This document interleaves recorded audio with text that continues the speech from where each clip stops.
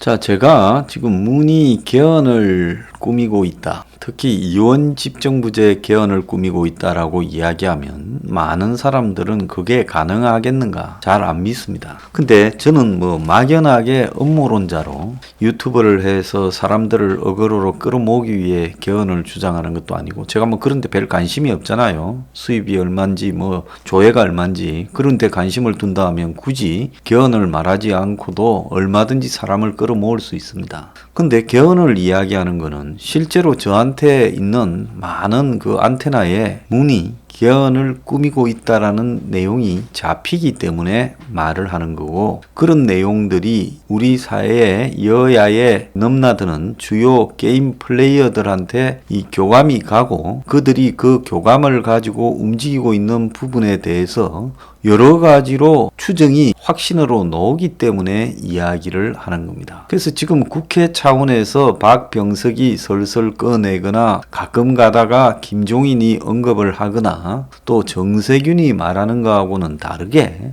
청와대 발로 개헌을 갖다가 추진하기 위한 분명한 지금 작업들이 걸리고 있다는 거예요. 근데 그 작업이 걸리는 부분에서 그럼 작업이 걸리는데 이런 식으로 추진을 하냐? 그거는 작업이 완료되는 타이밍이 이제 딱 끝나고 나면 그때는 본격적으로 개헌에 대한 밀고 가는 작업 개시가 될 거라.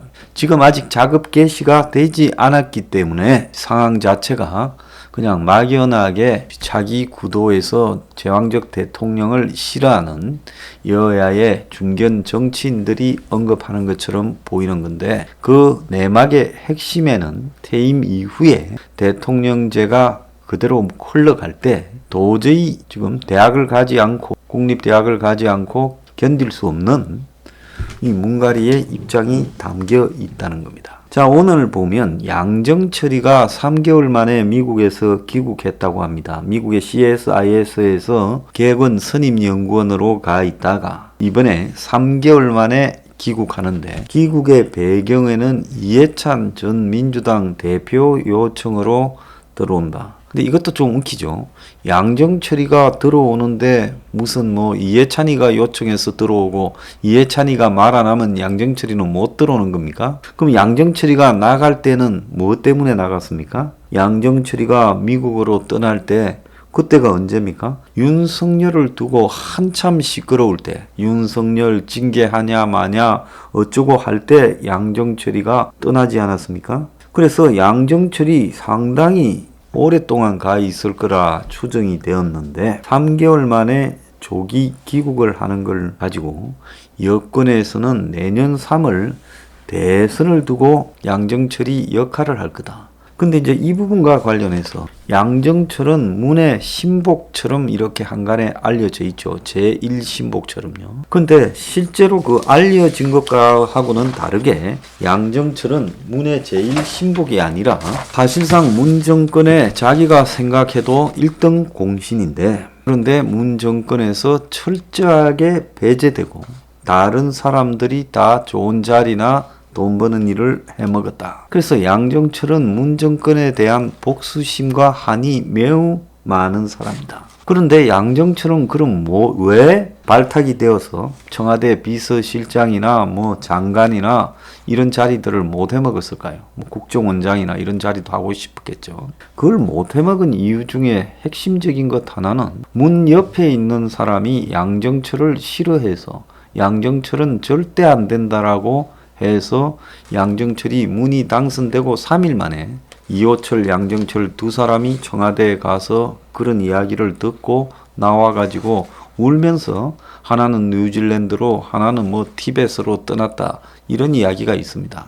이 두 사람이 지금까지도 제대로 된 자리를 하나도 못하고 있는 것은 문 주변에 바로 옆에 있는 사람의 양정철에 대한 거부감, 이 부분이 작용을 해서 그렇다. 지금까지도 그렇게 해자되고 있습니다. 그래서 양정철은 복수심 한이 많아서 이번 대권에는 반드시 역할을 해서 자기가 정권을 창출해내야 되겠다, 이렇게 지금 알려지고 있어요. 그래서 이재명, 이낙연, 정세균 또 윤석열 등이 다 양정철에게 러브콜을 보내고 있고, 양정철이 귀국해서 지금 자가격리 기간이 지났고 활발하게 여권 인사들과 접촉을 하고 있는 걸로 알려졌어요.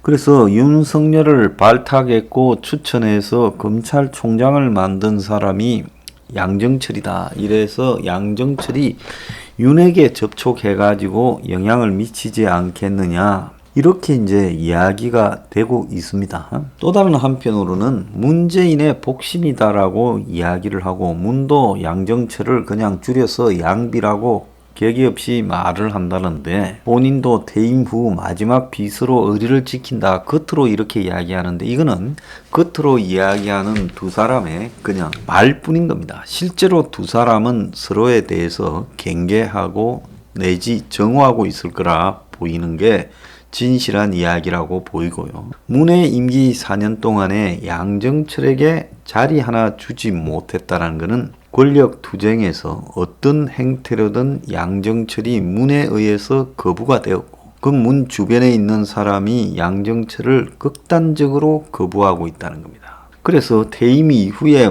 양정철이 문을 보호한다, 이런 이야기는 웃기는 이야기라고 보고 있고요. 양정철은 문과 좀 관계가 좋지 않은 그런 사람을 대통령으로 만들어서 문에게 복수를 하려 할 거다, 이렇게 지금 보는 것이 상식적이고 일반적입니다. 정치 같으면 매우 무슨 심오하고 복잡할 것 같지만, 정치도 사람들의 보통 심리와 마찬가지로 배척받으면 복수심에 불타고, 또 복수심에 불타면 칼을 갈아서 나중에 이 본때를 보이려고 하는 것이 일상적입니다. 그런데 양정철이 떠나기 전에 손혜원이가 1월 달에 자기 유튜브에서 양정철의 실상을 알아야 된다며 폭로 발언을 했어요. 대통령이 신뢰하는 사람 명단 리스트에는 양정철이 없다. 문이 완전히 쳐낸 사람이기 때문에 속으면 안 된다. 특히 대통령은 2017년 5월에 양정철과 연을 끊었다. 이게 아까 제가 서두에 이야기한 당선되고 3일 만에 양정철, 이호철 둘을 불러서 입장을 전달했다는 걸 말하는 겁니다. 그 뒤로 한 번도 그를 곁에 두겠다라는 생각조차 하지 않은 걸로 알고 있다. 이렇게 지금 손혜원이가 이야기를 했어요. 그래서 손혜원이가 양정철에 대해서 이렇게 말하게 된 배경에는 윤석열 문제가 터졌을 때 윤이 물러나지 않고 총장직을 계속 유지한 것은 양정철이가 문의 뜻을 전달했다, 그렇게 흔히 알려져서 양정철이 윤석열에 대해서도 문의 뜻을 대신 전달하는 사람처럼 비춰지고 있었지요. 그런데 사실은 그게 아니라고 손혜원이 저런 폭로를 했을 때, 권력의 생리를 매우 잘 알고 김정숙과 가까운 손혜원이 저 이야기를 아무런 상의 없이 일방적으로 했을 리는 없다는 거예요. 만약에 손혜원이 문과 정숙이의 뜻하고 관계없이 저렇게 일방적으로 이야기를 했다 하면 나중에 사단이 크게 나죠. 근데 손혜원이 지금 상황이 재판받고 있고요. 목포 땅 때문에 안 좋은데 저런 말을 일방적으로 했다면 큰일 날 이야기입니다. 그러니까 다 합의해서 청와대의 일종의 비공식 대변인으로 양정철에 대한 규정을 손혜원이 나서서 직접 했다, 이렇게 봐야 되는 겁니다. 자, 그렇게 볼 때 지금 양정철은 매우 모욕감을 느꼈을 거라고 봐요. 문이 노무현 정권 망하고 지금 겁을 먹고 변호사나 해먹고 다니는 문을 찾아가서 다음 대통령은 당신이 해야 된다 해서 물심, 그야말로 여기에 저는 심보다 물에 더 방점을 찍습니다. 물심 양면으로 양정철이가 문을 서포트 해왔다는 겁니다. 그래서 문이 마지못해 하는 것처럼 왔고, 그 과정에서 양정철이가 이런저런 동원을 해서 문에게 서포트를 한 부분, 이 부분이 지금 양정철이 문에게 배제됐다라는 부분에 대해서는 누군가가 이관계가 작용했을 수도 있고, 또 김정숙과 양정철의 관계가 흔히 한간에 많은 사람들이 알 만큼 회자되고 있습니다. 그런데 양정철은 누구를 선택할까요? 양정철은 흔히 한간의 예측대로 윤석열을 선택해서 밀까요? 그런데 양정철이 지금도 문의 뜻을 윤석열에게 대신할 수 있는 역할을 할 수 있을 건가가 저의 최근의 의문이었습니다. 윤석열의 행태를 보면 움직이지 않고 기다리고 있어요. 청와대에서 뭔가 오다가 떨어져야 대선 후보로 역할을 할 것처럼 딱 웅크리고 있어요. 1위를 달린 대선 후보의 매우 이례적인 행태죠. 자, 그런데 윤 주변에는 너무 많은 사람들이 달라붙어 있다는 거예요. 자, 결정적으로는 문도 이 윤에게 영향력을 행사하는 주체라고 보면 문 입장에서는 양정철이 윤 앞에 붙기를 바라지 않을 거고 자기가 직접 윤에게 뭔 이야기를 해도 하는 그런 방향을 택하고 싶겠죠. 그러니까 양정철이 윤석열에게 가서는 지금 현재 지분이 없는 상황이다. 그래서 양정철을 몇 달 떼놓고 그 사이에 윤석열이 나와서 대권 행보를 선언하는 과정을 보면 결국 양정철은 윤하고는 이 별 거리가 좁혀지지 못했다는 겁니다. 특히 또 검사 출신들은 도와줘도 또 별로 고마운 줄 모르고 당연한 것처럼 생각하는 그런 속성들도 있어요. 자, 그런데 양정철이 이재명과 만났고 이재명과 매우 가까워졌다라는 이야기가 한간에 부쩍 많이 나왔습니다. 그래서 결국 양정철이 이재명을 선택한 것 아닌가라는 이야기가 나오고 있는데 저는 양정철과 이재명이 둘이가 이미 깊숙하게 연결되어 있고 이재명이 한참 그 경기도 재판이나 이런 것들 때문에 어렵게 되었을 때 당선 무효를 받을 수 있는 위기에 모였을 때 헌법 소원을 내고 하는 부분이 다 양정철이의 아이디어와 지원이었다고 봅니다. 양정철은 이재명과의 관계에서 이재명을 만드는 쪽으로 기울 가능성이 매우 크다고 보고 있습니다. 자, 이 외에도 지금 문은 이원 집정부제를 시도하기 위한 다양한 인물들을 접촉을 하고 있는 걸로 지금 이 정보가 나오고 있는데요.